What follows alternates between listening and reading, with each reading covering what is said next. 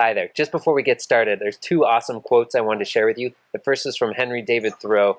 He has an awesome beard, so I'll be right back. It's never too late to give up your prejudices. The other quote comes from Saint Antoine d'Exupéry, the guy that wrote The Little Prince. But I looked on the internet and he doesn't have any facial hair at all. So this is that quote as if he were a French gorilla. He who is different from me does not impoverish me, but he enriches me. Is that good?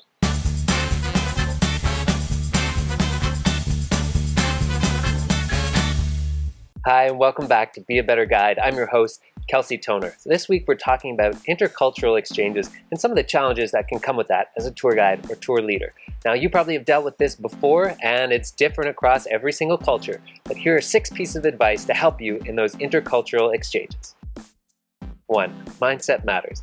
The best starting point for any intercultural exchange is one that starts up here in the mind. If you have a mindset that is truly open, tolerant, and ready for new experiences, then you're already setting yourself up for success. Take a genuine interest in people, places, cultures, nationalities that are different from your own, and that interest will help drive effective communication.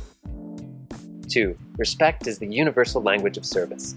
Customers from other cultures are often forgiving of you as a tour guide for all kinds of reasons, all kinds of things that might be different from their own culture, or if you accidentally offend them. But that forgiveness usually ends if you are impatient or intolerant of them struggling to use your language, them having a thick accent, or maybe they have a hard to pronounce name that they have to repeat a few times. So the key there is just have respect for those other people. Don't treat them any differently than the respect that you show for other guests. If anything, show it a little bit more. The underlying premise to delivering quality service in any culture is that you respect the individual. 3. Simplify and clarify language with non-native speakers.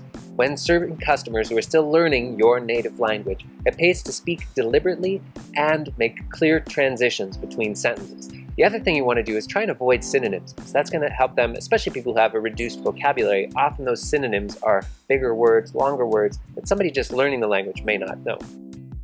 4. Speak at a slower rate and slightly louder.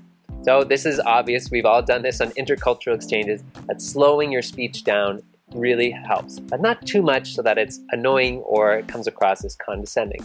And speaking slightly louder really does help, but the bigger thing is to be really articulate rather than just speaking loudly.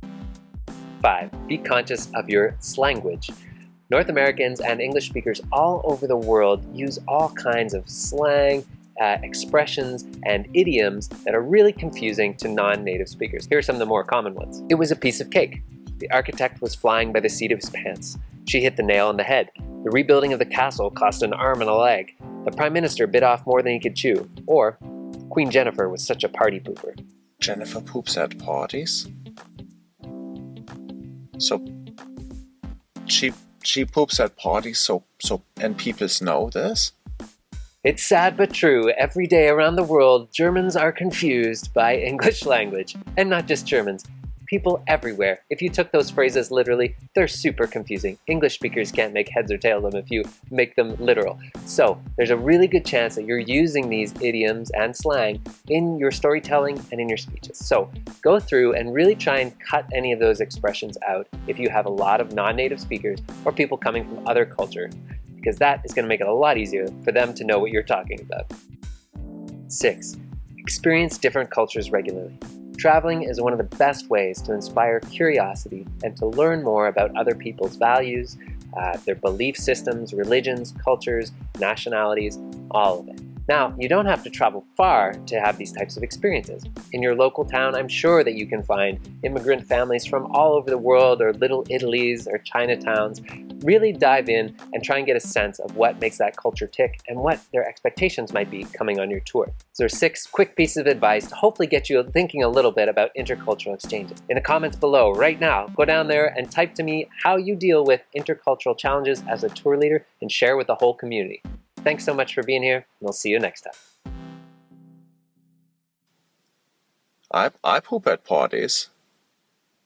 I poop at parties, but people don't know because I close the door.